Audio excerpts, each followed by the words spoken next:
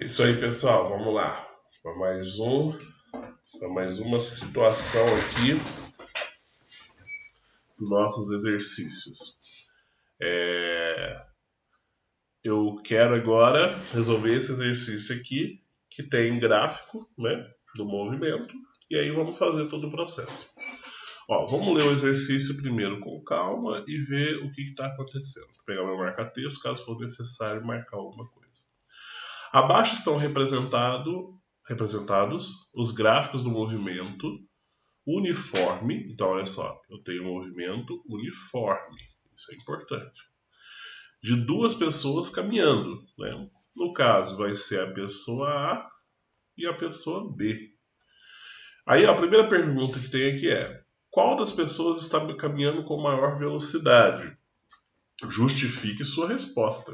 Né? E a segunda é: escreva a função horária para cada uma das pessoas e classifique cada um dos movimentos. Beleza. Então vamos lá. Primeira coisa, é aquela situação, galera. A gente vai identificar, né? Vamos criar aqui um método, né? Primeiro, vamos classificar, vamos entender do que se trata esse exercício. Então, ó, o exercício ele já fala um negócio interessante, é um movimento uniforme, né? Então, um movimento uniforme. O que a gente sabe sobre o movimento uniforme? A gente sabe que a velocidade do objeto ela é constante, né? CTE, abreviação de constante. Então, os corpos aqui em questão estão se movimentando com velocidade constante. Então, o A se movimenta com uma velocidade e o B se movimenta com outra velocidade, mas é uma velocidade constante. Perfeito. Ok, então essa é a ideia. E eu tenho aqui o gráfico do movimento. Ótimo. Os dados do exercício, né, que é a segunda parte que eu faço do meu processo, os dados do meu exercício estão diretamente no gráfico. Então, se eu olhar para o gráfico, eu consigo retirar todos os dados que eu quero. Então, eu vou retirar os dados de maneira separada. Então, eu tenho o corpo, eu tenho a pessoa A, ela vai ter alguns dados, e eu tenho a pessoa B, que ela vai possuir outros dados.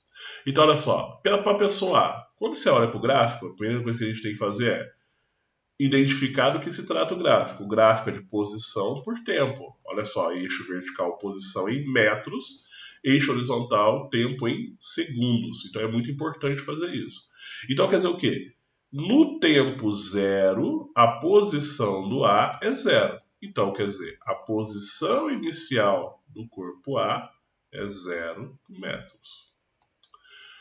Vamos fazer a mesma coisa para o B. Quando o tempo for zero, para o B a posição é 2. Olha que bacana. Então, quer dizer, a posição inicial do B é 2 metros. Então, quer dizer, o B começou à frente. Ó, isso é legal. Repara que vai passar, né, 2 segundos. Olha lá, 2 segundos. E o objeto A já vai estar na posição 4 metros. Só que para o objeto B estar na posição de 4 metros, vai ter que ter passado 4 segundos. Então repara o seguinte: o A, mesmo saindo 2 metros atrás, acaba em 2 segundos conseguindo atingir a posição de 4 metros.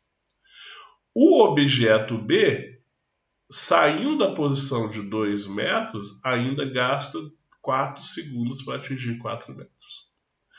Ou seja, quer dizer o quê? Se a gente for falar que eu tenho uma posição, né, para que seja uma final de 4 metros, ela gasta um intervalo de tempo de 2 segundos para conseguir fazer esse movimento. O B, se eu considerar que ele chega no mesmo lugar de 4 metros, ele gasta um intervalo de tempo de 4 segundos. Né? Então, a gente acaba tendo aqui já uma noção de velocidade, mesmo sem calcular. Então, eu tenho duas maneiras de responder isso. Por quê? Vamos colocar aqui, ó. Terceiro passo é identificar o que eu posso utilizar. Se eu estou falando que esse é um movimento uniforme, eu tenho que lembrar que o movimento uniforme eu posso calcular a velocidade do objeto pegando a variação da posição sobre a variação do tempo.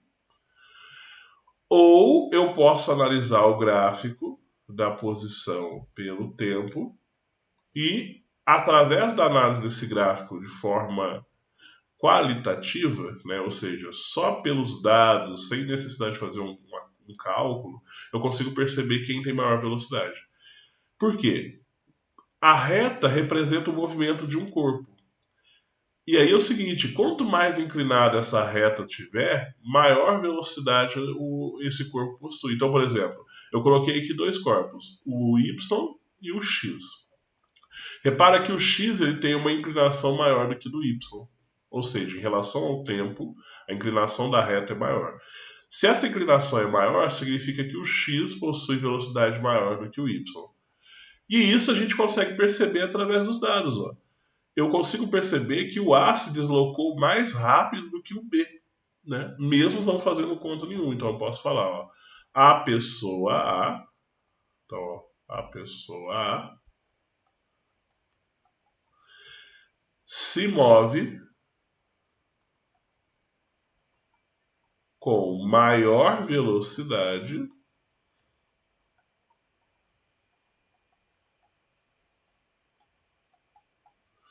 que a pessoa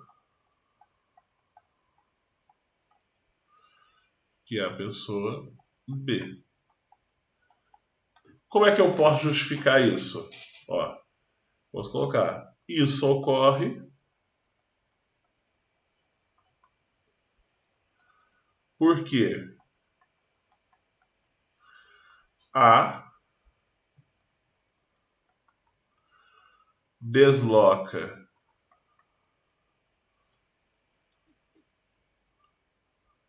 a mesma distância. Não, na verdade não é a mesma distância, né? Desloca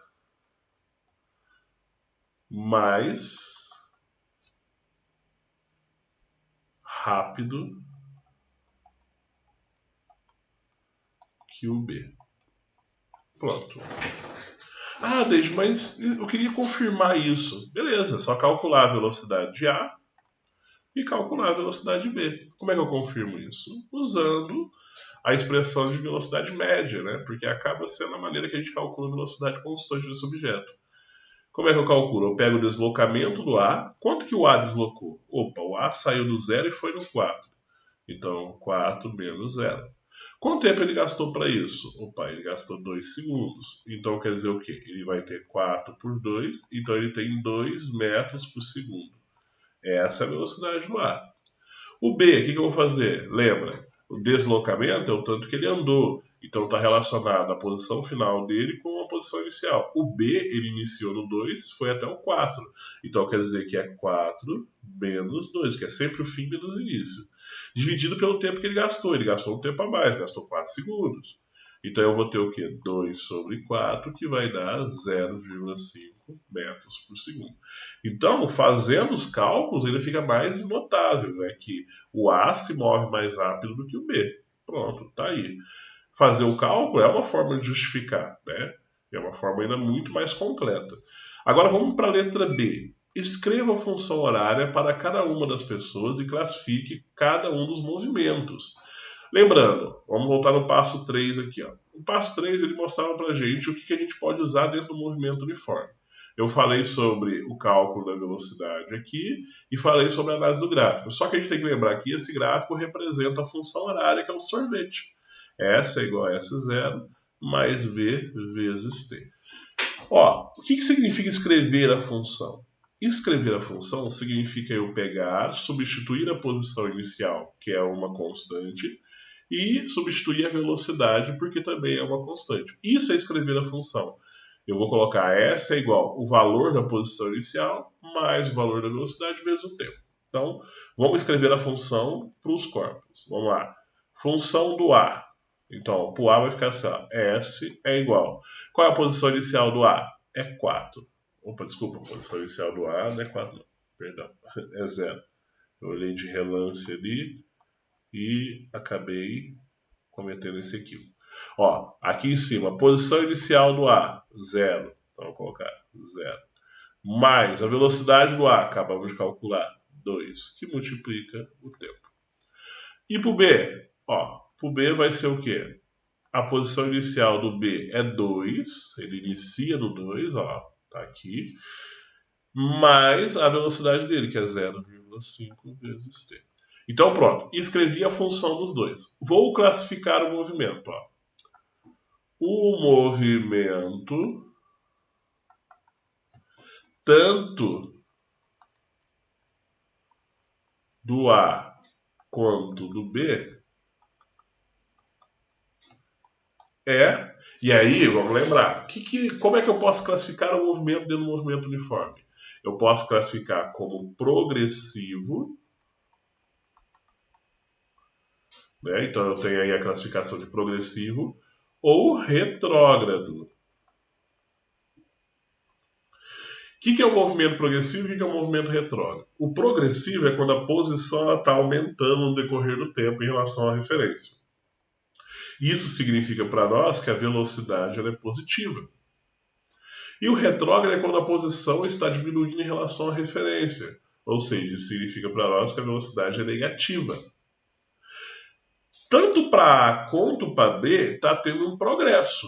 Só que o A tem progresso maior do que o B. Então, quer dizer, ambos aqui, né, tanto A quanto B, o movimento é progressivo.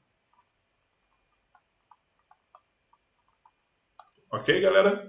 Então, aí, tá um exercício que a gente consegue revisar bastante coisa do movimento uniforme. Show? Espero que tenham entendido. Até mais, galera.